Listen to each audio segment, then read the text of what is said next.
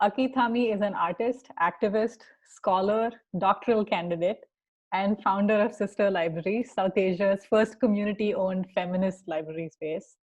We're really excited to have you here. I wanted to sort of get this conversation started by asking you to maybe talk a little bit about how you came to do what you do. Yeah, thank you so much for the introduction, Shreyas. It was really lovely. I don't know. I can't really put a finger on when I started doing what I started doing, but I can definitely say that because of me being indigenous and growing up as an indigenous person with a very strong with parents and family with a very strong sense of community and practicing community well-being together. I think that had an impact on me as a child, and that pretty much stayed with me, and it has that is the core of everything that I do basically. So that definitely is my art practice, but I don't really see my practice separate from who I am as my life. So yeah, that is how I am as a person. So it just had to be that my art practice is an extension of how I see the world and how I experience the world. And yeah, I guess that is how it started also. And in doing so, because of my positionality as an indigenous person and its influence on everything that I do, it has sort of been pitting me against the larger order of things, everything that is institutional, and within that, academia and art as well. So everything that I do may not really neatly fit into the normative definition of what an art practice is, or even what an academic practice is. So yeah. Can you maybe say a little bit more about how your practice falls outside the scope of what is typically defined as academia or practice? Yeah, well, within academia, it is difficult because a lot of times, especially in research, the things that you are trying to articulate has to come from a larger body of work, and then you have to be referencing that. When you're looking at indigenous histories and indigenous articulations, you don't really have that body of knowledge, which can be termed knowledge. So yeah, that there is that divide. So if I tell my professors or my school that I am referencing a song and this is where it comes from, this is the understanding of or when I say that when I go back home I feel the river calling me, that becomes a very abstract idea, and one may even within the academic framework, if you are within a social science school, then even see it as a mental health problem of sorts if you're communicating with nature, and so there is that it's a tricky place to exist as an indigenous person when everything around you is kind of like a colonial power system, and your knowledge systems don't really have any place, because it does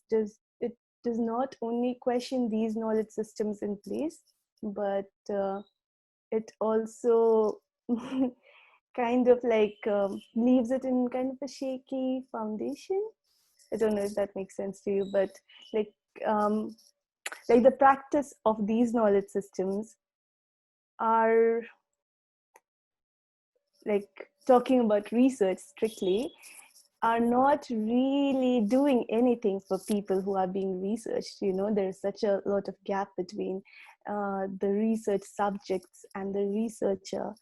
And so what does that even mean when we are looking at research as a practice within academia? And what does it do to people who are being researched upon? Does it just diminish their existence and turn them into datas? Just numbers? And yeah, and all of these like other larger ideas and concepts that are so popular within research, like development, for instance. So what does that definition mean? Or well-being, mental health. Yeah, a lot of these things which are so like which are defined keeping in mind a very different people, defined by a very different group of people, and when these ideas are implemented within the model of welfare and knowledge making, then yeah, it's a problem. So yeah, so like just being existing in the university system is a tricky space. And similarly with art as well, to make space for a practice which is founded in working in collaboration with people, and not really working for people, Mm-hmm. like the relationship where you go as an artist and informed person and like you sharing your skills, not that kind of a practice, but like really you meet together, there is an exchange where you learn from each other and give each other. Yeah, that kind of practice, um, I really did not I really did not have a space to reflect what I do with someone else's practice as an indigenous woman working in the South Asian region. So it was a difficult time to make the space and like really articulate and put down also um, about like my work and why I do what I do in the language that is understood by the larger art community. Mm-hmm. Um, so I think one thing that I read was that you said I wouldn't call myself a librarian, which is kind of interesting because you started a library. Um, Yeah. so can you tell us more about, because I know it started off as like an immersive art experience that was traveling and then became like a more permanent, like it has roots in a physical space. So what, like, Yeah. how did the idea start? What was the transition like? We still travel. Like just last year, this year we traveled to Nepal. No, this year we traveled to Dhaka. We have a space in Dhaka now at the Gati Institute Library. It's a small corner. And last year we traveled to Nepal. We traveled to Auckland, Tamaki Makoro, so-called Auckland. Um, and we have like a few shelves in a community-owned library called Samoa House Library in Auckland too. So the traveling has always been there. We've not stopped traveling, but the physical space, because there was a need for it, there was a demand. Like everyone that I knew who was happy about the space was also interested in a physical space as much as I was. So I took the leap of faith, I guess. I took the jump into it, and then like I started collecting monies for it.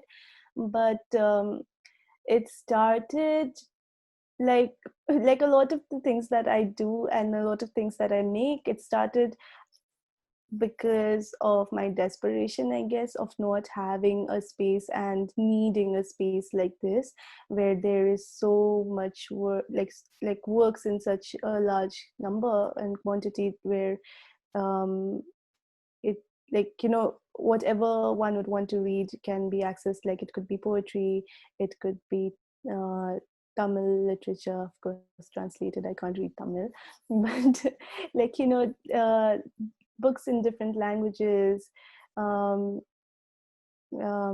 comics and graphic novels and zines, community newspapers. And there wasn't a space like this. And even with the libraries, like the institutional libraries, the women's studies libraries in different universities, did not really have such a range of books. And it was books written by a certain caste of women. And it definitely was not something that I again found myself reflected in. And so I felt like there was a need. And also because a few years back I made a very conscious decision of reading works of women exclusively, and in doing so I like I used to read very, very seriously and voraciously then, because I was also undergoing a lot of like pain, I guess, and I was like much younger, so I did not have like proper coping mechanisms to deal with the realities. And as a young migrant person away from my forest and my rivers and my mountains, it was difficult because there was no ceremony, there was no community, and I did not know how to deal with these racism that I was facing every day. And so books became sort of my refuge, where I would like read a book every day, like I was just like reading.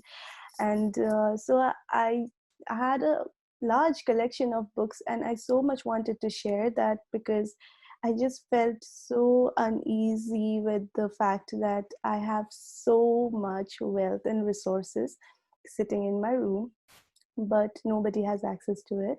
And then I wanted to share it with everyone, and then that is how started traveling with it to different cities. It was fun traveling to the cities, because I curated the collection for the specific city according to my interaction with the city.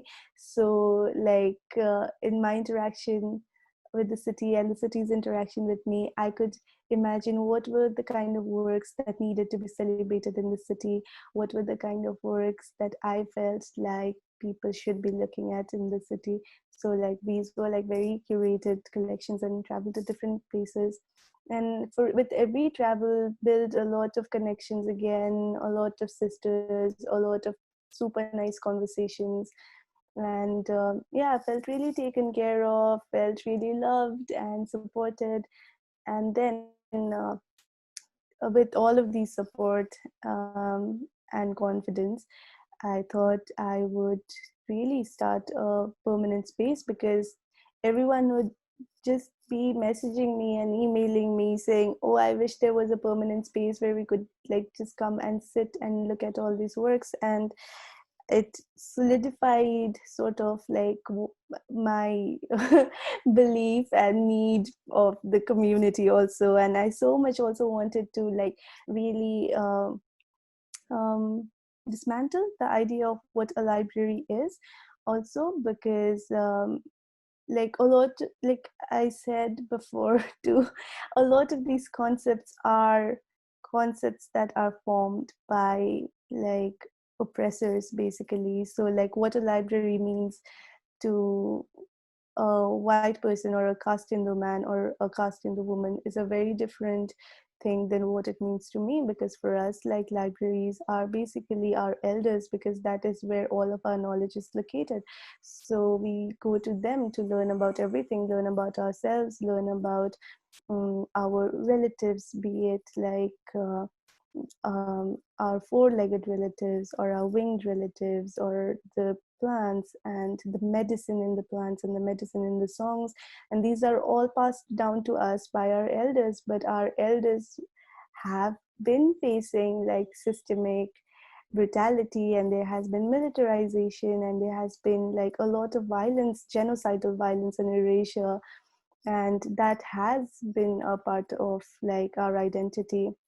So in that, like when I'm told that this is library, this is a learning space, but it's not a space where I feel comfortable at all, because that does not feel like a learning environment for me in any way. The works don't talk to me, the people don't talk to me. And just the design of the space and the architecture in itself is something, and also like the gatedness of it in a way which it excludes a lot of people who are like me, makes it exceedingly uncomfortable for me to even want to go to a space like that. So I really wanted to like, okay, let us just sit and rethink what a library could mean, and maybe change the definition of it a little bit and play around with it. And that is how the permanent space started. I also wanted so much for people to relook at idea of ownership, because a lot of these libraries are funded by foundations, and monies that come from exploitation and relocation of indigenous peoples, or like peoples from other historically marginalized communities. So I really did not want that to be the case with Sister Library, and instead I wanted it to be a space where everyone can claim ownership to this space, and which is why like I wanted it to be community run and community owned. So started the crowdfunder, and it was it was so hard. Like I got attacked by so many women just because I was asking them for monies. It was unbelievable. Women's creative communities attacked me, and it was a very strange place. Anyway, I also got a lot of support, so it was like a nice thing.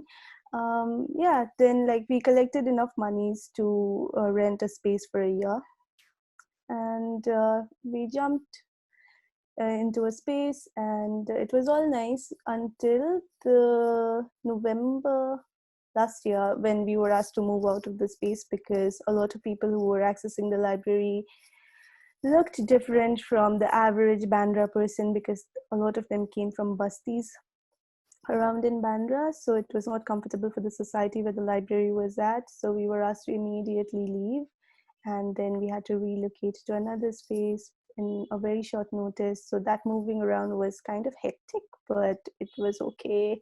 I mean, it was not okay, but whatever. We did it.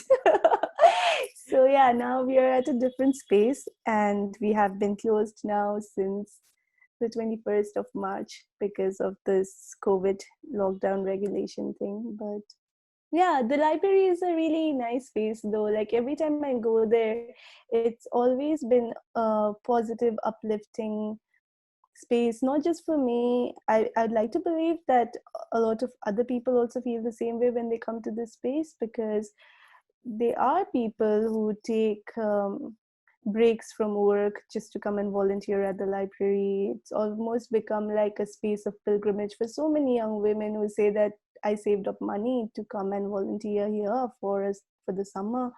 Or they are even people who come all the way from Brazil. There were like two women who traveled all the way from Argentina to come and spend time at the library for a week. And yeah, so all of these experiences and like coming together has been really uplifting and really nice, and hopefully it will continue. But like most independent spaces, the challenge has been monies, especially I guess because I don't come from monies, and so that immediately translates into like my people don't have monies to support this work. Had it been like an upper caste mainlander woman, then her crowdfunder would definitely be able to like get more monies.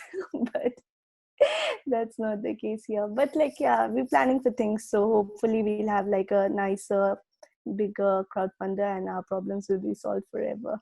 So one thing that I wanted to ask based on what you just said is, you said that you curated books based on the cities that the library was traveling to. Can you tell me more about that? Like, are there any examples you can tell me about, like, what was different I about can being in tell you like about Cochin? Delhi. Yeah. I can tell you about Delhi because, like, with Delhi, it was like really hard because I have always felt so uncomfortable in Delhi because of like all the, not just because of the image of the city, like, you know, but also like of, but from my own personal experience of like having undergone a lot of threat and violence in the city. As a migrant indigenous woman, it has not been a comfortable city. And so when I was going to Delhi, the 100 works that I took to Delhi were kind of about like sexual violence, women in public spaces, indigenous women, women from the Northeast, cultural differences, safety, and things around that. So yeah, it's just about like what I feel should be more readily available and should be celebrated, because in my head, what I imagine is that it's not that these works are not available in Delhi. It's also that these works are not celebrated, which also translates into it not being like popular and like, accessible to everyone, or desirable as a reading to everyone. So yeah, I really wanted people to like come and look at this and like really understand and shift their perspectives.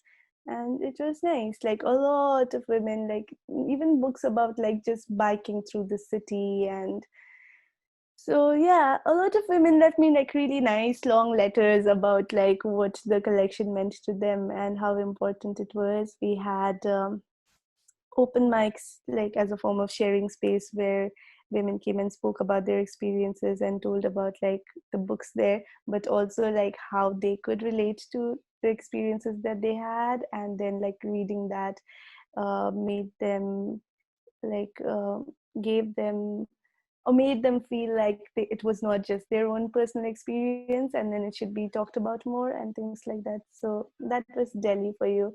For Kochi, it was a little different because like most of the cities that I traveled to, I had like a very fixed number of days. It was like either 7 days or 10 days. Uh, but when going to Kochi, it was the entire period of the Biennale, and which meant that I had like larger space to work around. So instead of having 100 books, I took 300 books to Kochi. And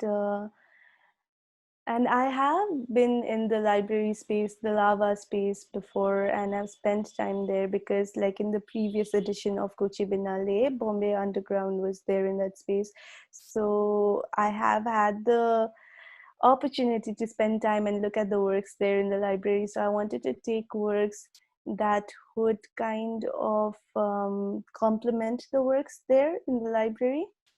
So a lot of works that I took were of women artists who I did not find represented in the library in Kochi Biennale, in the Lava Library at Pepper House. So there were some books of female artists that I did not find there, and also like books of South Asian women's writing was another thing that I thought would be exciting for people to look at, because my experience was of Kochi has also been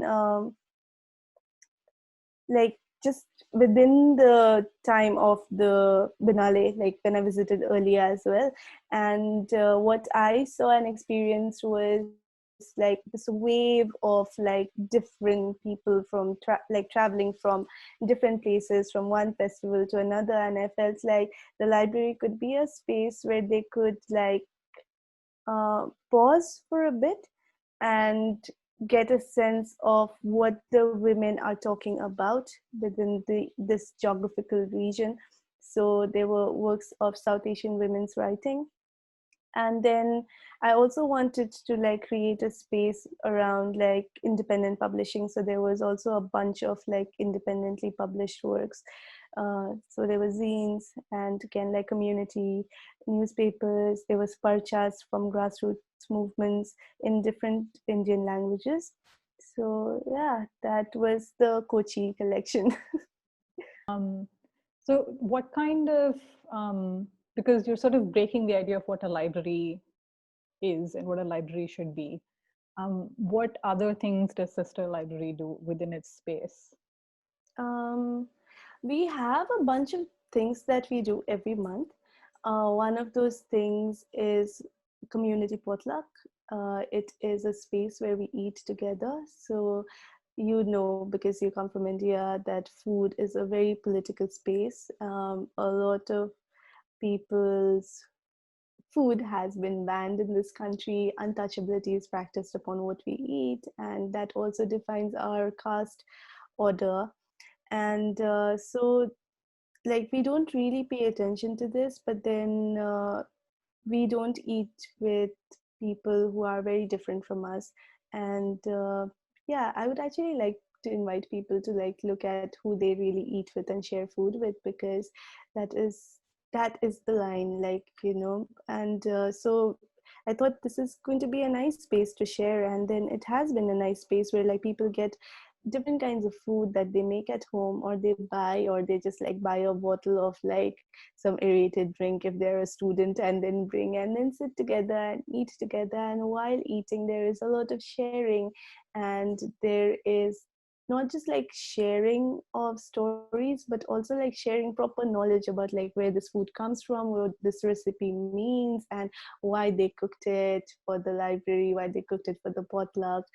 And yeah, like just the way they put the food together, all of that I see as like knowledge sharing, and that would definitely not fit into the format of like proper institutionalized knowledge system, but it definitely is. People are learning, perspectives are shifting, and yeah, things are happening. So that is one thing. And then we have this thing called community reading, where we read, like where we sit in a circle and then we read from a text. So like anyone can volunteer to read any portion and then like pass on, and then like the reading continues. This space is also for people who do not read, and there's whispered translations also available for people who do not understand the language the text is in. Uh, this is a practice which I have directly taken from my own people, like the Thami people. We have a practice of sitting around and like sitting in a circle and sharing. So I felt like this would uh, be a nice space for people to come together and read and listen to each other, because reading has, because of a lot of our practices, become a very individualized um, like activity. Like you sit with your book and you read alone, but like when you sit in a circle and when you read with people, it's an entirely different experience, and it brings you closer to people. And it does not, like, you don't even have to have a chat about it. Like it's okay if you have a chat, but like, you know, just to look at another person reading and like listening to this person's voice, and seeing like as like this person is reading, like her face move, and like, you know, the way she's thinking about certain things, it's such an exciting space to me. And yeah, and the sharing in itself is so intimate, but also it's in a community. So this is another thing that we do. And we have a feminist preschool, which we have every month. It is a space of learning again, where we invite a woman to come and teach anything. Like it could be anything. It could be making pickles, it could be making poppers, it could be like we had a feminist preschool for learning songs of resistance from one of the older feminists. So it does not necessarily have to be taught by someone who has gone to the university and learned a skill and is a professional of sorts. But like it's also like a way to like really like put this idea of teaching and learning upside down, because like a lot of times women from outside of the busties go to the busties and teach them like English or like dance, and there is such a power hierarchy, and like the relationship of exchange is so strange, when like we know, like, you know, the world is only functioning because women who are underprivileged, because they are marginalized, are the ones who are actually running the world.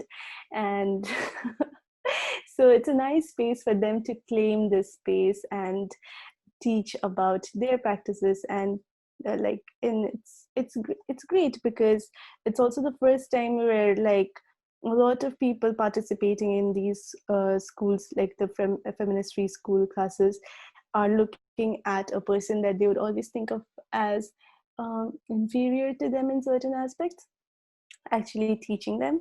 And that hopefully has been able to shift some perspectives as well. Oh yeah, we're going to build a press soon. We are starting a press in Sister Library. It's called Sister Press, and it's going to be the first Rhizo printing community press. Yeah, so I'm pretty excited about that, because we're going to be like printing a bunch of posters, but also using the library as a resource center. I always so much wanted people to use, because a lot of times people come and then they can't really borrow the books because they cannot take membership because they are traveling. We have a lot of travelers who come for shorter periods, and a lot of people who use the library, like they live in bastis and they don't feel comfortable and confident enough to take the book home, because of the rain situation and also rats. So I've always wanted a space where we can actually make like multiple copies, and then they can take whatever they feel happy about home, but also a space where they can like reflect on the reading and then make something of our own, and then they can take that home. So the press is going to be that space where the library can be used as a resource center of sorts. How are you, because there's so much of like the idea of community that's important to everything that you do. And I know you said that you're sort of like you have phone calls with your sisters from like around the world, and you have sister radio now. And how else are you sort of finding ways to engage with community, or sort of keep the idea of community going without feeling like you're sort of giving into digital fatigue during this pandemic?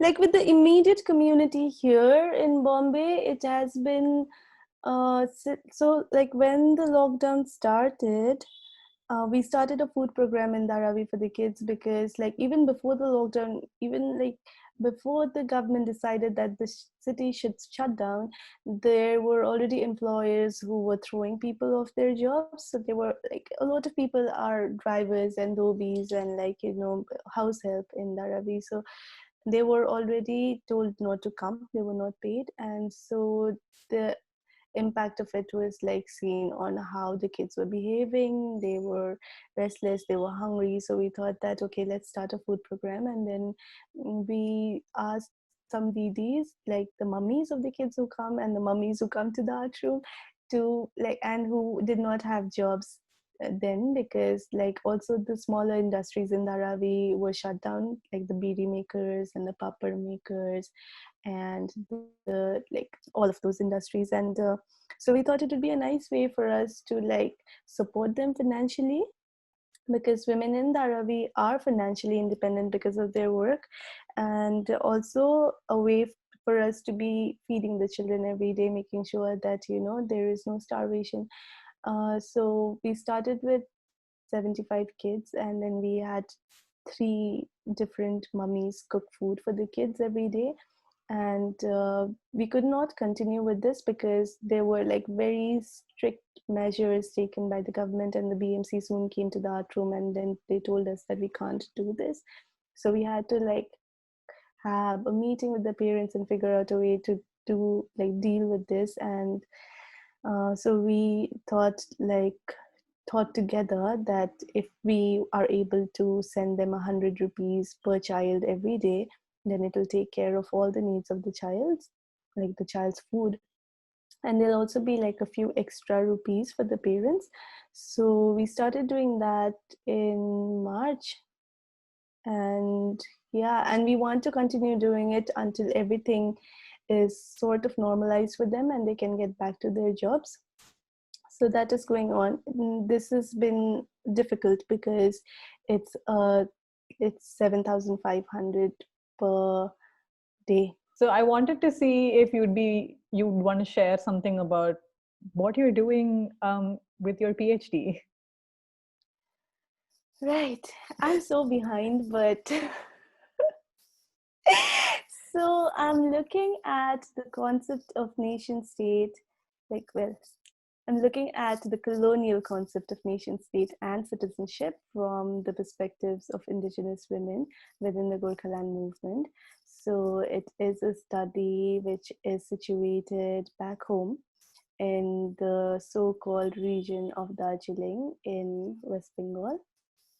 So I'm looking at articulations of what nation state means to women there, and yeah, and how do they experience citizenship. Um, yeah, that's basically like what it is. So within that, I will not deny that research has been very difficult for me in India because there is really no conversation and contextualization around indigenizing research practices and how research, the concept of research in itself should expand. So yeah, it has been a difficult space because here it's still like an uncomfortable space where you have to practice your research in this like given dimension and it has to fit within this.